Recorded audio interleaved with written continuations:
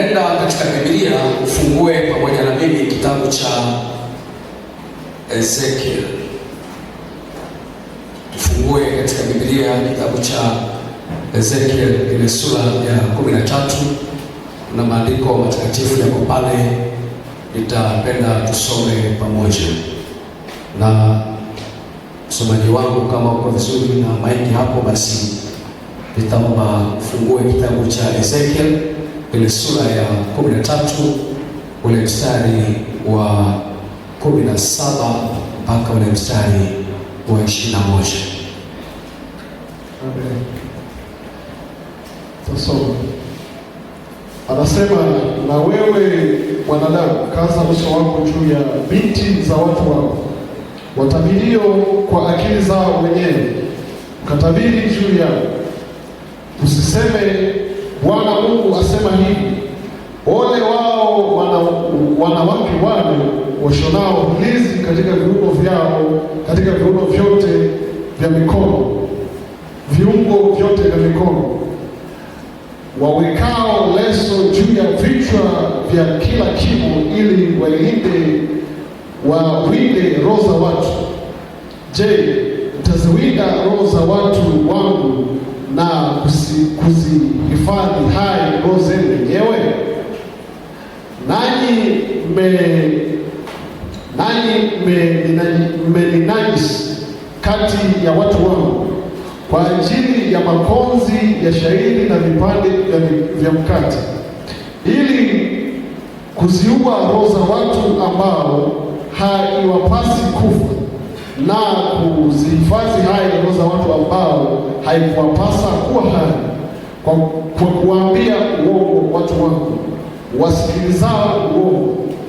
Basi Bwana Mungu asema hivi, tazama, mimi ni kinyume cha hirizi zenu, ambazo kwa hizo mnaziwinda roho za watu kama ndege, nami nitazitoa katika mikono yenu kwa nguvu, nami nitaziachilia roho zile mlizoziwinda kama ndege, na leso zenu nazo nitazirarua, kwa kuwaokoa watu wangu katika mikono yenu, wala hawatakuwa katika mikono yenu tena kuwindwa, nanyi mtajua ya kuwa mimi ndimi Bwana. Haleluya. Bwana Yesu asifiwe sana. Bwana Yesu, bariki neno lako la uzima, likawe baraka kwa sisi tulioko hapa na kwa wale watakaosikia. Na ninaomba hata kwa ajili ya wale ambao watahudumu pamoja nasi katika mitandao ya kijamii, Roho Mtakatifu usiache kutupungukia, usiache kutubariki, bali utujaze wema wako katika jina la Yesu. Amen. Bwana Yesu asifiwe. Ezekiel anaandika mistari michache ambayo tumeisoma katika sura ya 13, na utaona kuna makundi makubwa mawili yanatajwa kwenye hiyo mistari michache. Kwanza wanatajwa wanawake na wanaume ambao ni watumishi wa Mungu, watumishi wa hubilio au wanabii. Lakini pia wanatajwa Israeli au wanatajwa watoto wa Mungu, wana wa Mungu. Na kinachofanyika hapa sasa ni uwindaji, yani kwa lugha nyingine kuna muwindaji na kinachowindwa. Kinachowindwa hapa ni roho za watu, na muwindaji hapa ni nabii au mtumishi ambaye husimama kwa jina la Mungu wetu. Bwana Yesu asifiwe sana. Angalia mistari michache anaposema ili muwinde roho za watu wangu. Lakini anarudia tena anasema ili kuziua roho. Anaendelea kama mwindaji anavyowinda ndege huko msituni, au kama mwindaji anavyowinda wanyama huko msituni, ndivyo watu wangu wanavyowindwa. Bwana Yesu asifiwe sana. Na hii ni hatua muhimu sana kujua, hata kama uko salama leo, lakini ufahamu ya kuwa wapo wawindaji ambao wanawinda wakamate maisha yako, wayaharibu maisha yako. Wapo wanaowinda njia zako, wapo wanaowinda biashara yako, wapo wanaowinda ndoa yako, wapo wanaowinda masomo yenu. Ninyi wa vijana mnaosoma shuleni, wanawinda future zenu, wapo wawindaji, wapo mtaani, wapo na silaha zao na kadhalika. Biblia inasema katika kitabu cha Ezekiel, wanawake manabii wa uongo, na hapa si watumishi wote wa Mungu, ila ni wale manabii wa uongo ambao wako mtaani kuwinda roho za watu kwa namna ya kutumia, Biblia inasema hirizi. Nimesema hirizi, hirizi za kichawi ambazo zinatumiwa na watumishi wanaojiita kuwa wa Mungu ili kunasa roho za watu. Sasa acha nizungumze kidogo kuhusu ufafanuzi juu ya hirizi. Bila shaka mazingira yetu ya Kiafrika hakuna asiyejua hirizi. Mimi binafsi sijawahi kuvaa hirizi, lakini nimeishi na watu ambao nimeona wakifunga watoto wao hirizi. Nimewaona wanawake wakubwa, vijana wa kike wakifunga hirizi kwenye mikono, kwenye viuno, wakivaa hirizi kwenye makwapa yao, wakiamini kwamba zinaweza kuwasaidia katika maeneo mbalimbali. Wengine wameweka hirizi kwenye biashara na kwenye maeneo mbalimbali. Hilo jambo au neno hirizi si geni kwenye mazingira yetu ya Kiafrika.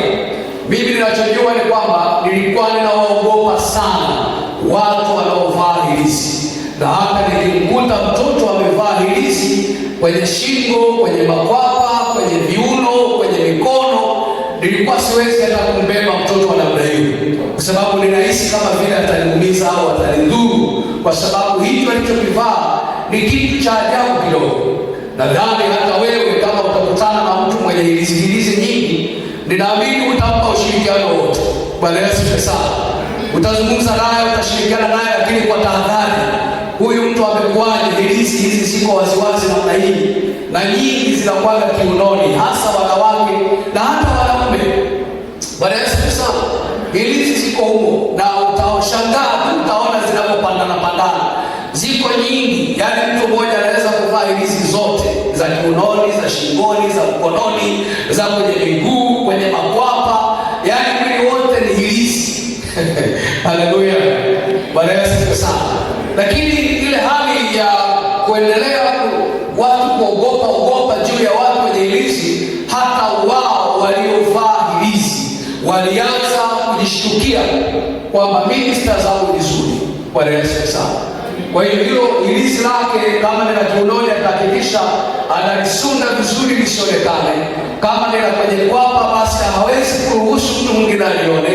Kama ni la kwenye shingo, sasa wengi wa kwenye mashingo walianza hata kuyaacha kabisa. Na sasa hivi kama kuna watu wanavaa hirizi, basi ni yale ambayo yapo sehemu ya gizani, sehemu za sirini, ambapo mtu wa kawaida kwa haraka wala huwezi kuona. Ni mpaka huo umekuwa na mahusiano naye, uone katika hali yake ya utupu kwamba kumbe huyu ana hirizi. Bwana Yesu asifiwe sana. Matumizi ni mengi. Kama unaweza kuwa na muda kujifunza kuhusu mazingira, yana matumizi mengi.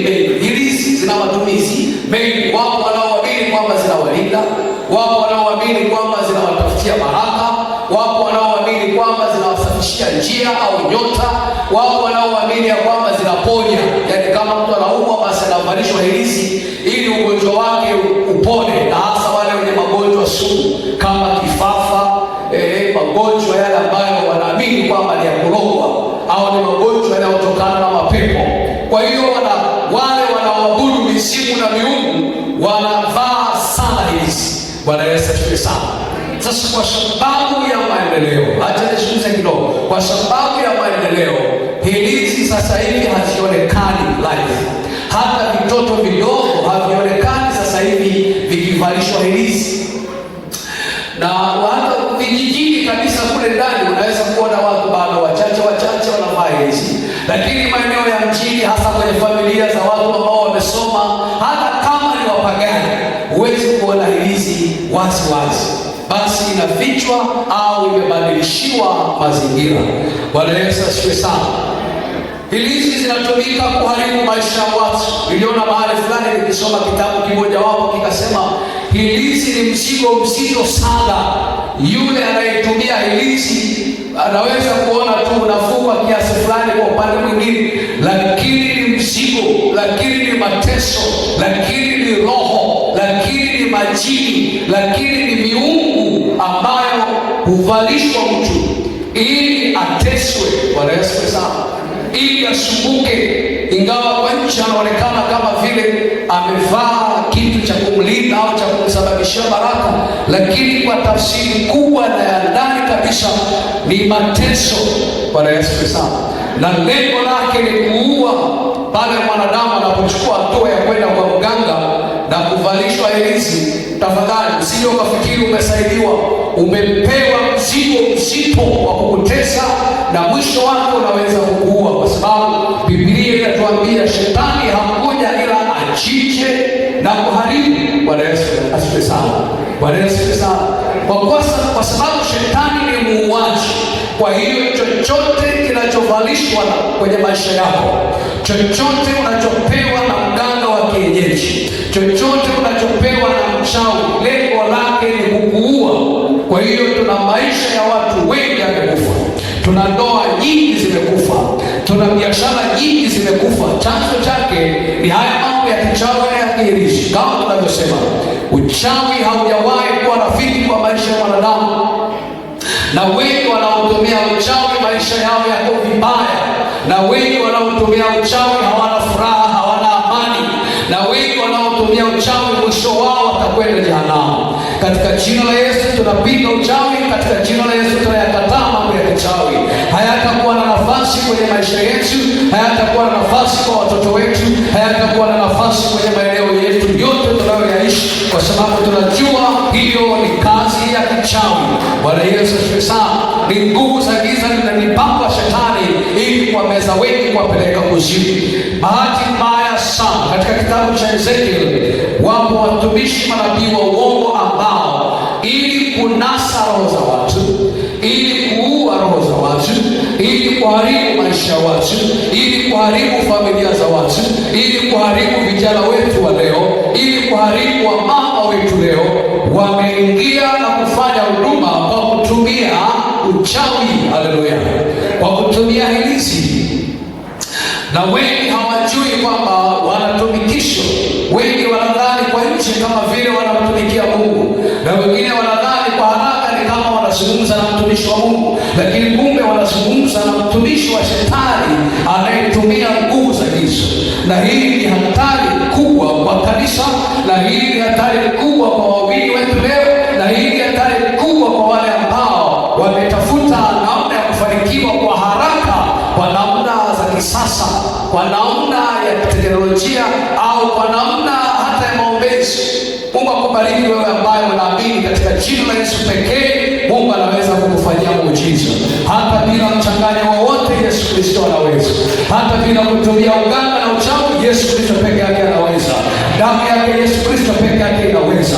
Nguvu zake peke yake Yesu Kristo aliye hai inaweza kufanya maajabu kwenye maisha yako. Na mimi niko hapa leo kukuletea habari za Mungu aliye kinyume na uganga na uchawi. Bwana Yesu asifiwe sana. Bwana Yesu asifiwe sana. Haleluya. Biblia inaonyesha maeneo mengi sana kwamba wanadamu wanawindwa. Ukiachana kitabu hicho cha Ezekiel ambacho tumesoma hapa si muda mrefu, lakini ukisoma katika Zaburi ya 124, hebu nenda haraka kidogo, kama unayo Biblia fungua haraka kidogo usome pamoja nami vifungu vichache ambavyo ninakuletea hapa. Zaburi ya 124 mstari wa 6 na mstari wa 7. Zaburi 124 mstari wa 6 na wa 7, Biblia inasema hivi: na ahimidiwe Bwana asiyetutoa kwa mawindo, kwa meno yao. Nafsi yetu imeokoka kama ndege katika mtego wa mwindaji. Mtego umevunjika nasi tumeokoka. Haleluya. Zaburi anasema ahimidiwe Mungu wetu asiyetutoa nafsi zetu kwa mawindo, kwa meno yao. Bwana Yesu sana. Huyu Mungu ambaye alipoona wanadamu wanawindwa, alipoona watoto wake wanawindwa, hakuwaacha waanguke kwenye mikono ya wawindaji. Na analika za Daudi ambaye kwenye maisha yake amewindwa na mtu mmoja mashuhuri, Mfalme Sauli. Bwana Yesu sana. Kila alichokifanya Daudi kilionekana kwa hakifai kwa Sauli, Na kwa hiyo Sauli alichukua hatua ya kwanza kuwinda hatua za Daudi. Alimfuatilia Daudi kwenye kila njia yake. Alimfuatilia Daudi kwenye mapango na kwenye misitu. Alimfuatilia Daudi wakati wa kula na wakati wa kunywa. Alimfuatilia Daudi hata kwenye ndoa ya mtego, ndoa za mchongo. Nakumbuka Daudi alipewa ndoa ya mchongo na Sauli, akiamini kwamba inaweza ikawa ndoa ya kufurahisha, lakini ulikuwa ni mtego. Bwana Yesu asifiwe sana. Daudi alipewa nafasi kadhaa ya kwenda kuleta mahali kwa namna ya kuwaua Wafilisti. Alifikiri ni jambo la kawaida, lakini Biblia inasema ulikuwa ni nini? Ulikuwa ni mtego, alikuwa anawindwa na Mungu kwa neema yake ya ajabu. Daudi hakuwahi kunasa. Haleluya. Na kwa sababu hii anaandika katika Zaburi ya 124 mstari wa 6 na wa 7, ahimidiwe Mungu wetu aliye hai, asiyetoa nafsi zetu kwa mawindo kwa wale wanaotuwinda. Ndivyo ambavyo Mungu hawezi kukuacha unase kwenye mikono ya wawindaji. Hautanasa kwa nyavu zao, hautanasa kwa mikuki yao, hautanasa kwa sumu zao, hautanasa kwa hirizi yoyote ambayo wanaitumia ili kunasa maisha yao. Katika jina la Yesu ninatamka haya kwamba Bwana hawezi kukuacha utanasa. Mwanadamu anawindwa. Inaweza ukawa unalala, unakula, unakunywa na kuvaa, hujui inayoendelea katika ulimwengu wa rohoni, lakini wao wanaokuwinda hawalali. Wao wanaotafuta kunasa hatua zako hawalali. Wanapanga mikakati usiku na mchana, wanaweka mitego isiyoweza kuonekana kwa macho yako, wanajaribu kukufuatilia hata kwa chakula au mavazi ili wayaharibu maisha yako, lakini ahimidiwe Mungu ambaye hawezi kukuacha ukanasa. Haleluya. Bwana Yesu asifiwe sana. Kitabu cha Samueli wa kwanza sura ya 23 na ule mstari wa 25. Nataka kuonyesha tu mazingira machache vile ambavyo wawindaji wana mbinu, wawindaji wana mikakati, wawindaji hawalali, wawindaji hawapumziki, wawindaji hawana poho, hawana simile. Wanajaribu kuhakikisha kwamba wanawinda maisha yako. Nimesema kitabu ni kile cha Samueli wa kwanza sura ya 23 na ule mstari wa 25. Biblia anasema hivi: basi Sauli na watu wake wakaenda kumtafuta. Watu wakamwambia Daudi, basi kwa hiyo akashuka mpaka mwambani, akakaa nyikani pa maoni. Naye Sauli alipopata habari, alimwinda Daudi nyikani pa maoni. Bwana Yesu asifiwe sana. Wakamwambia Daudi, sikiliza, hauko salama. Sauli hajalala. Amen. Sauli hayuko kitandani kwake. Sauli hayuko sebuleni kwake. Sauli yuko barabarani. Tafadhali jiponye nafsi yako. Biblia inasema Daudi akakimbilia mwambani, akakimbilia porini, akifikiri kwamba labda huko Sauli hatafika. Bwana Yesu sana. Lakini Biblia inasema Sauli akanyanyuka na yeye mpaka porini. Sauli akanyanyuka na yeye mpaka kwenye mapango. Amen. Nataka kukuonyesha nini? Kuna mahali unaweza ukafikiri umeokoka. Kuna mahali unaweza kufikiri umesalimika. Kuna mahali unaweza kufikiri wewe ni mkamilifu, hautaweza kuanguka kwenye hatari.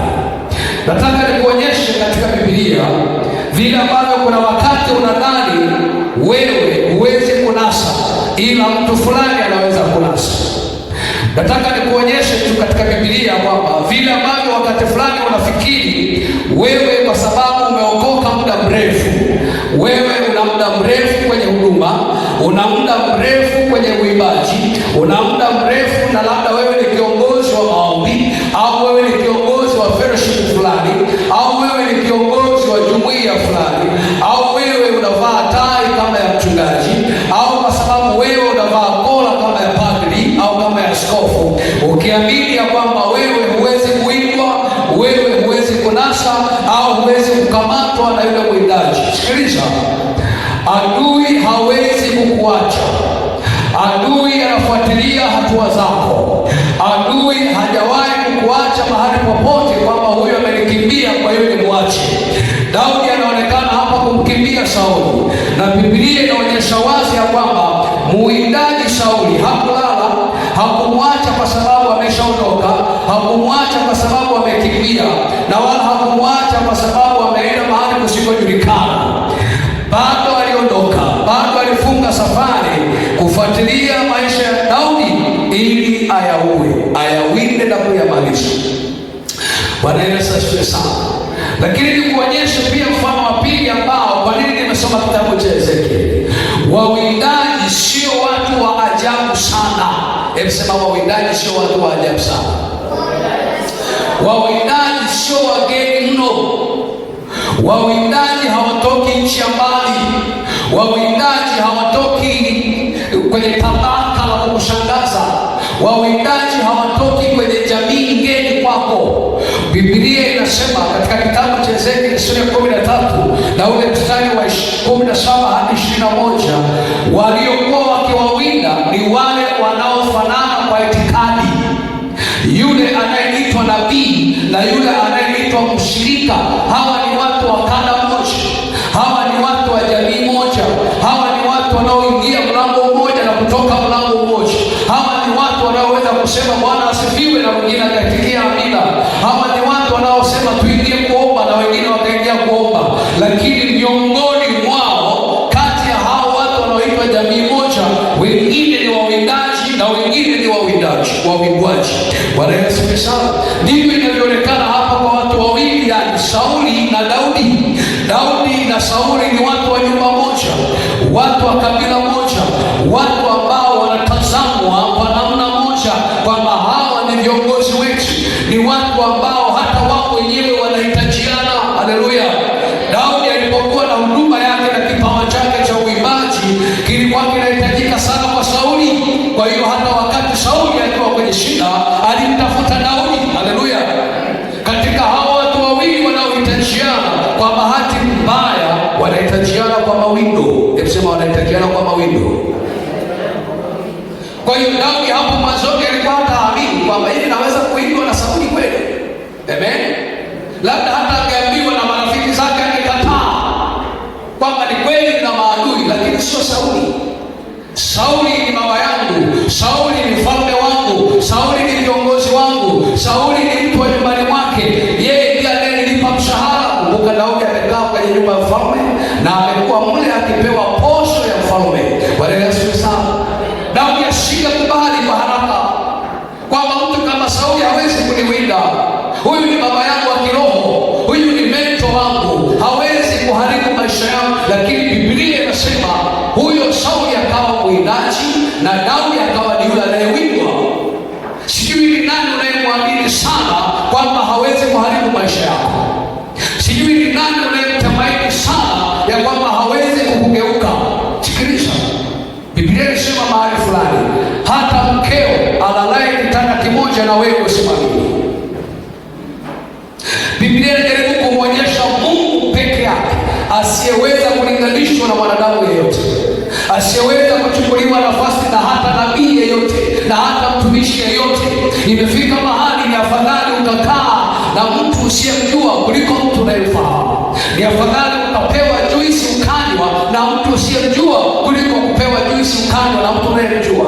Unaweza kuigwa hata katika hiyo juisi. Ni kama la kutisha, lakini na kuwekea tahadhari. Hauko salama, ila Yesu Kristo alisema sitawaacha hata ukamilifu wa dahari. Haleluya kwa Bwana.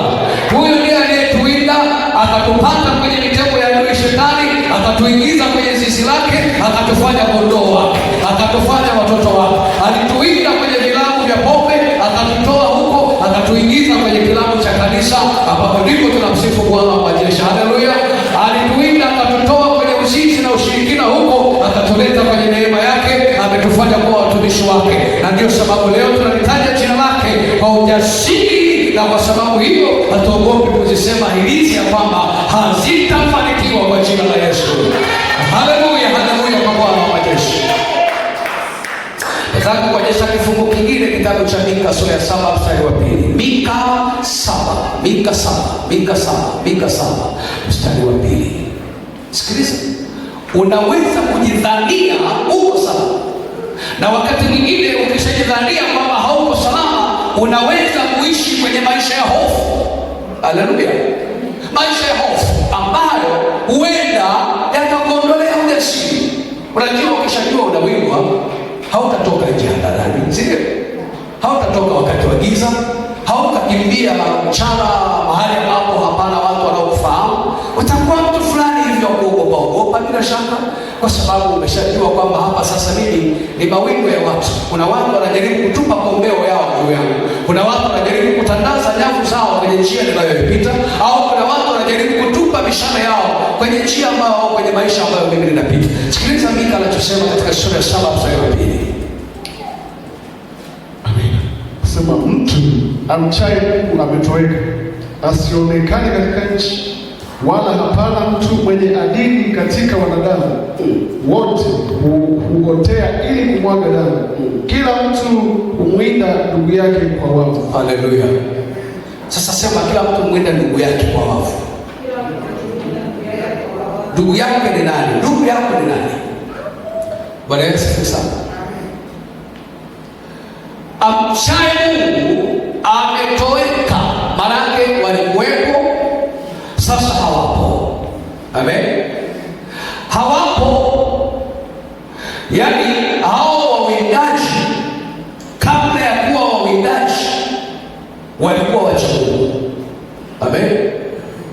Hao wanaoitwa manabii wa uongo, ili inawezekana hapo mwanzoni walikuwa si manabii wa uongo, sasa wametoweka. Maana yake si kwamba wameenda alafu wengine wamekuja, ila wale ambao walikuwa wewe, Bwana Yesu sana, wamebadilika.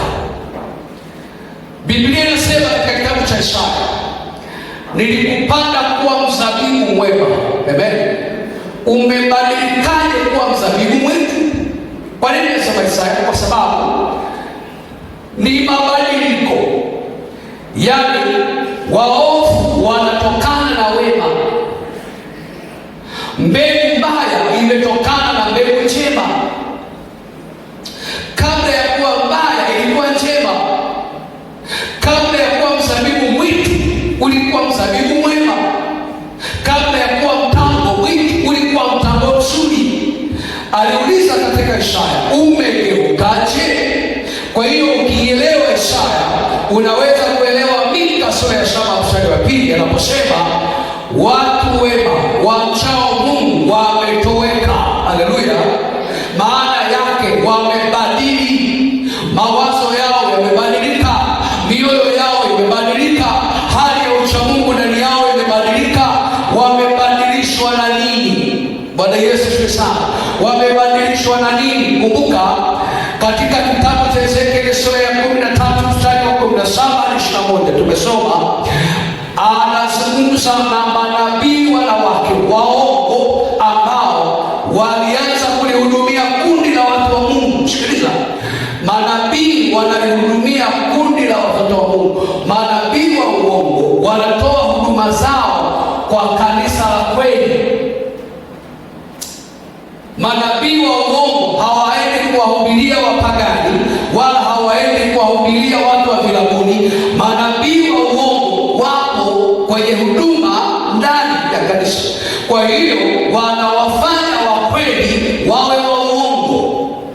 Ndiyo sababu ya kusema wanawinda roho za watu wangu. Maana yake badiliko la kweli la mwanadamu linafanyika moyoni, na huko kubadilika kuwa muovu kutoka kuwa mwema kumefanyika moyoni, ambapo ni kazi ya huyu nabii aliyetumia hilizi, nabii aliyetumia uchawi na uganga ili kuconvert moyo wa mtu, ili kumbadili moyo wa mtu kutoka katika hali yake ya kuwa wema ili je kwenye hali ya kuwa mbovu.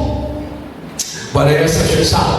Kwa hiyo Mika sura ya 7 mstari wa 2 naposema amchaye Mungu ametoweka, hana maana ya kwamba wameenda nchi nyingine halafu kutoka nchi nyingine wamekuja watu wabaya, kama vile mpangaji ndani ya chumba. Anaondoka mpangaji mzuri, anakuja mpangaji mbaya, si pangodi au umeme au maji, si kama daladala au basi ambao anashuka abiria huyu mbaya mwema, anaingia abiria mwingine mbaya. Si hivyo, ila ni wale wamefanyiwa conversion, wamebadilika. Walikuwa wema, sasa wamepata hali mbaya kutoka kwenye chanzo kibaya, wamekuwa watu wabaya. Bwana Yesu asifiwe sana. Wewe katika jina la Yesu hautabadilika. Wewe kwa jina la Yesu hautakuwa mzabibu mwitu.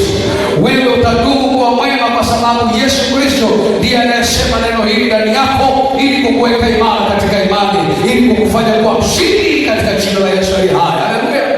Huyu Yesu ambaye ninamsema hapa ndiye aliyekuinda wewe kutoka kwenye dhambi na kukuleta kwenye wokovu. Huyu Yesu ninayemhubiri hapa ndiye aliyekufia pale msalabani, kukutoa kwenye hali yako ya uzinzi na uzinaa, katika hali yako ya ugomvi na upiganaji, na kukuleta kwake Yesu na kukufanya kuwa mwana wake, mtoto wake, mtumishi wake, na leo unaitwa mtakatifu wa Bwana. Haleluya. Ninaomba katika jina la Yesu, wale wanaotumia uganga na hilizi wasinase hatua zako, wasifanikiwe kukubadilisha, wasifanikiwe kukugeuza na kukufanya kuwa mwovu. Wajapokuja na hila zao na hilizi zao, wakute Yesu Kristo yuko ndani yako, anakulinda na kukusimamia katika jina la Yesu aliye hai. Haleluya. Turudi kidogo kwenye hilizi. Kuna mtu miongoni mwetu hapa leo hilizi?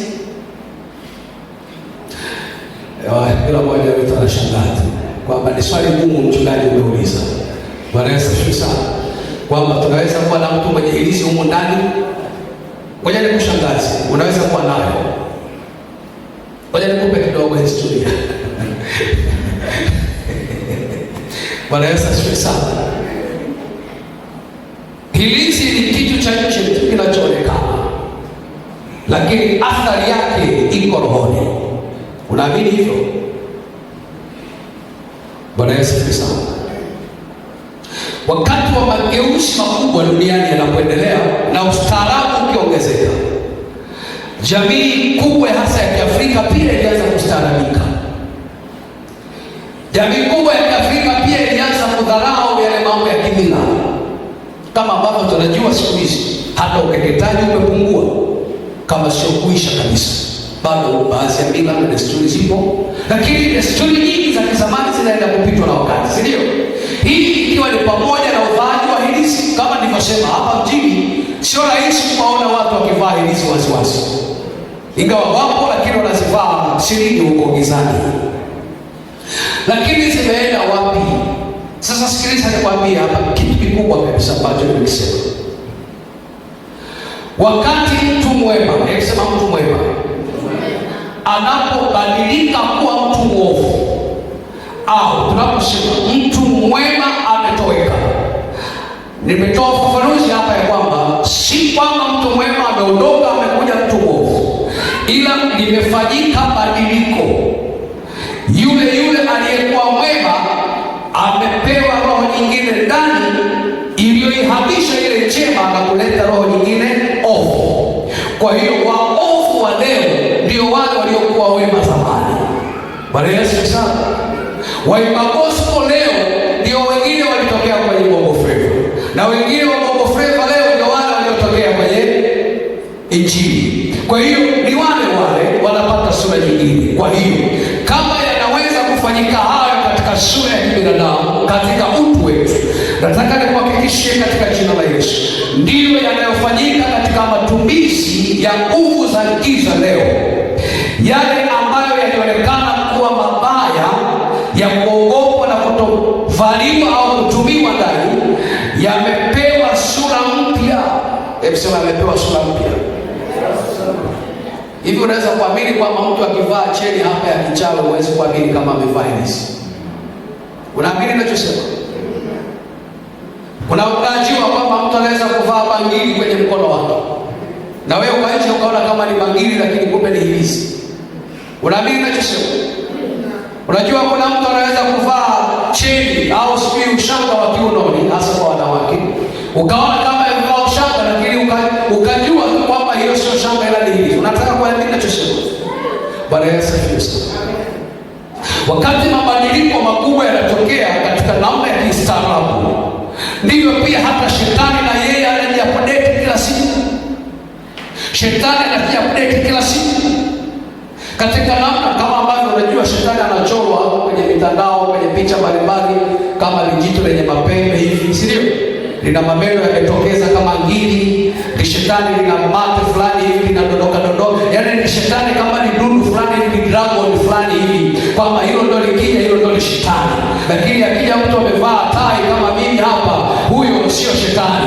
Unajua hicho ndio mtazamo wa walio wengi, unajua anachosema. Sasa naamini ninachosema, si ndio? Shetani huyu ambaye wakati mwingine wanamchora kama ni dundu fulani, kama ni mnyama fulani, wakati fulani shetani wala hayuko katika sura kama hiyo. Ingawa Biblia inamwita shetani ni nyoka, ingawa shetani inamwita kama mnyama, lakini tafsiri ya mnyama si katika maana ya muonekano. Tafsiri ya mnyoka si kwa tafsiri kama inavyoonekana, ingawa katika namna ya ndani inaweza kuwa hivyo. Lakini shetani hawezi kuja kwako kwa sura ya mnyama, wala shetani hawezi kuja kwako kama nyoka, ingawa anaweza kuja kama nyoka, ingawa anaweza kuja kama mnyama. Sikiliza kitu ninachokufundisha leo ni cha maana sana. Bwana Yesu sana. Biblia inasema huyo shetani hujifanya kuwa malaika wa nuru. Unaojua mstari huo katika Biblia? Shetani ambaye hujigeuza na kujifanya kuwa malaika wa nuru. Lini uliwahi kumuona malaika wako kama wa nuru kumbe ni shetani? Hii ina maana ya kwamba katika yale mambo yake, sema mambo yake au vitu vyake, sema vitu vyake, katika sura na muonekano mbaya ambao wanadamu wanaweza kuogopa na kukataa, alishahama huko. Amen.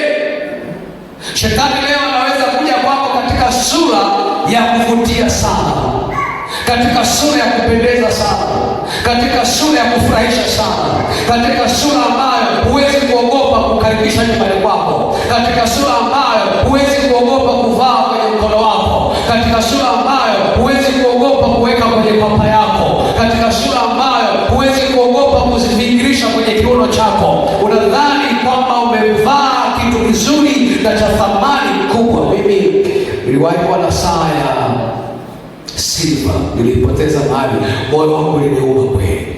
Na wengine hapa nadhani mlikuwa mnaifahamu, nilikuwa naivaa mara nyingi. Nilipoteza mahali katika safari. Nilisikitika sana sana. Bwana Yesu asifiwe sana. Nadhani hiyo saa kama ningeweza hata kuja kwako nikamwambia nakupa hii zawadi, ungeikataa? Kwa wale walikuwa naifahamu, si ndio? Ni kwanza inang'aa sana, ni ya thamani kweli, ndio. Na hata ungeidondosha hapo njiani alafu upite kwa bahati mbaya, yaani ungeokota chapa haraka bila hata kuuliza nani kadondosha hapa mahali. Sikiliza, hapo ndipo shetani alipokaa, kwenye eneo ambalo huwezi kukimbia, huwezi kuogopa, huwezi kukataa, huwezi kuamini kwamba leo unaweza kuvaa hereni lakini umevaa hilisi. Sasa sikiliza nilichosema pale mwanzoni. Nimeona dadangu pale amevaa, binti yako pale amevaa cheni. Usije ukaogopa. Usije ukaanza kuchana cheni zako na kwenda kuzitupa pale nini bangili zako ukiamini kwamba umevaa hilisi. Bwana Yesu sana. Na sio hiyo tu unachoweza kuona. Huwezi kuamini kwamba hata ile underwear yako ya ndani kule uliyoivaa, huwezi kuamini kwamba umevaa hilisi. Sasa mwingine basi tutaanza kutembea uchi hapo. Bana hata nguo tulizovaa zote na zina hilisi.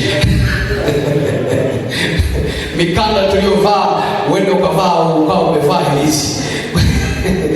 Au chochote ambacho unakitumia nyumbani unaweza kuishi kwamba umetumia hilisi. Biblia inasema sijaribuni hizo roho. Jambo la msingi sana. Nani anaweza kuwa na ujasiri wa kuikuta dhahabu iliyoanguka, au hata anayeweza kupewa kwa bei rahisi, kuinunua kwa bei rahisi, akawa na muda wa kujitafakari kwamba hii ni salama kweli? Licha ya kwamba unaweza kuwa na maswali kwamba hii ni feki au sio feki, si ndio? Lakini tukumbuka kwamba labda uende ni pambo la kawaida. Pambo la kawaida unaweza kulivaa au kulitumia au kuliweka nyumbani kwako. Bwana Yesu asifiwe sana. Kanisa lipo kwenye hatari kubwa. Kwa hiyo mwindaji ambaye tumesoma katika Ezekiel, anapojaribu kutumia hila za shetani, anapojaribu kutumia mbinu za ulimwengu wa giza ili kuiwinda roho ya mcha Mungu, alisema mistari fulani pale mbele 20:21, kuziua roho za watu ambao hawakustahili kufa na kuziacha hai roho za watu ambao wanastahili kufa. Bwana Yesu sana. Hizo njia zinazotumika na hao wawindaji unazijua? That's my question. Bwana Yesu sana. Je, unajua mbinu na hila anazozitumia shetani kuinda maisha yako? Au umekalili njia moja tu ya kusikia kundi juu ya nyumba akilia unajua hapa kimewaka? Hii ni dhana tofauti, na wakati mwingine hiyo ni dhana inayoweza kukuangamiza, kwa sababu umezoea kuogopa kundi na kundi hadi sasa. Ila umewekewa mdoli sasa ni kwamba umempanga pale kwenye kochi lako, na wewe unajua kwamba hili ni pambo la mdoli la Kichina. Mdoli wa Kichina umeweka, na wengine wanaubeba mgongoni na wengine wameweka kwenye magari. Unaweza kushangaa kwamba huyo ndio bundi mwenyewe. Sasa badala ya kumwogopa tu akiwa juu ya nyumba nje, sasa ameingia ndani na umemwekea na kochi, umemkalisha kwenye kochi, na wengine wamemchukua huyo bundi wamemweka na kwenye gari anatembea naye. Lakini ukisikia ndani huko nje unaanza kusema toka pepo kwa jina la Yesu aliye hai. Hujui kwamba shetani ana mbinu za kisasa. Wewe unadhani, wewe unafikiri wanadamu wanaweza kwenda kisasa halafu shetani akabaki kizamani? Wewe unadhani wanadamu wanaweza kutumia teknolojia halafu shetani asitumie teknolojia? Kama wanadamu wanaweza kutumia teknolojia, shetani pia hawezi kutumia teknolojia, hawezi kushindwa kutumia. Kama wanadamu wanaweza kutumia mambo ya kisasa, shetani pia atatumia mambo ya kisasa. Kama wewe unaweza kwenda na wakati, shetani alishaenda na wakati hata kabla wewe hujaanza kwenda na wakati. Bwana Yesu asifiwe sana. Kama wewe umestaarabika, shetani ndio alianza kustaarabika kabla yako. Unaposema haya ni mambo ya kizamani, siwezi kuyatumia haya mambo ya kizamani, mambo ya kiasili, shetani pia alishaacha kuyatumia mambo ya kizamani na ya kiasili tangu zamani. Huwezi kuona leo hirizi kwenye mikono ya watoto wetu, au kwenye mikono ya wamama, au kwenye shingo zao, au kwenye makwapa yao, au kwenye miguu yao, au kwenye viuno vyao, lakini utaona kuna cheni, utaona kuna bangili, utaona kuna mikanda, utaona kuna mavazi mazuri. Kama nilivyosema, usianze kuogopa kwamba basi kila kizuri ni dhambi. Hapana, hapana. Yako mazuri yanayotokana na Mungu yanayoweza kumtukuza Bwana, lakini katika hayo shetani anaweza kuyatumia. Ahimidiwe Mungu wetu, Zaburi ya 124. Ahimidiwe Mungu wetu awezaye kututoa na mitego ya mwindaji, katika jina la Yesu aliye hai. Maana katika hayo yote ambayo shetani anayatumia, watoto wa Mungu wako salama, kwa sababu hata wanapoenda sokoni kununua chochote wanamuuliza Bwana, je, hii ni salama? Wanamuuliza Mungu, je, hii ninunue? Wanamuuliza Bwana, je, hii ina utukufu wako? Wanamuuliza Bwana, je, hii haina mtego ndani yake? Na hapo ndani utasikia Roho Mtakatifu anakataza, anawazuia watoto wake, wasema no, hiyo usinunue, hiyo usile, hiyo usivae, hiyo usipeleke nyumbani, hiyo usiweke mfukoni, hiyo usiokote hapo chini, hata kama imetupwa hapo usidhani kwamba hiyo ni bahati. Huo ni mtego shetani amekutaka kukunasa. Katika jina la Yesu leo kanisa la Bwana liko salama, kwa sababu Yesu Kristo ndiye anayetuokoa na hayo yote. Haleluya, haleluya kanisa, haleluya kanisa.